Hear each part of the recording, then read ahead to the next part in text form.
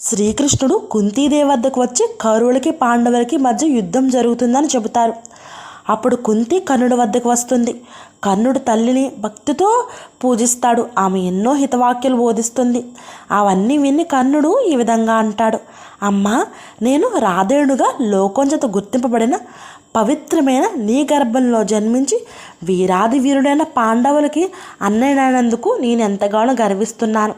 కానీ ఇప్పుడు నేను కుంతి పుత్రుడని లోకమంతా తెలిస్తే లోకం మనల్ని వేరెత్తు చూపుతుంది. అదీ కాక ధర్మమూర్తి అయిన చిరంజీవి యుధిష్ఠిరుడు తప్ప దుష్ట పరిపాలనమైన ఈ భూమిని తిరిగి పుణ్యవంతంగా మరొకరు చేయలేరు. తల్లి, నీవు కోరుకున్నట్లే పంచపాండురుల పదాన్ని సార్థకంగా ఉంచుతాను. నా వల్ల ధర్మ భీముల నొక్క సహదేవులకు ఎటువంటి అపాయం ఉండదు. కానీ అర్జునుడు తలపడితే వదలను. మా ఇద్దరిలో ఎవరు చనిపోయినా పంచపాండవులు అనే పదం సార్థకంగానే ఉంటుంది.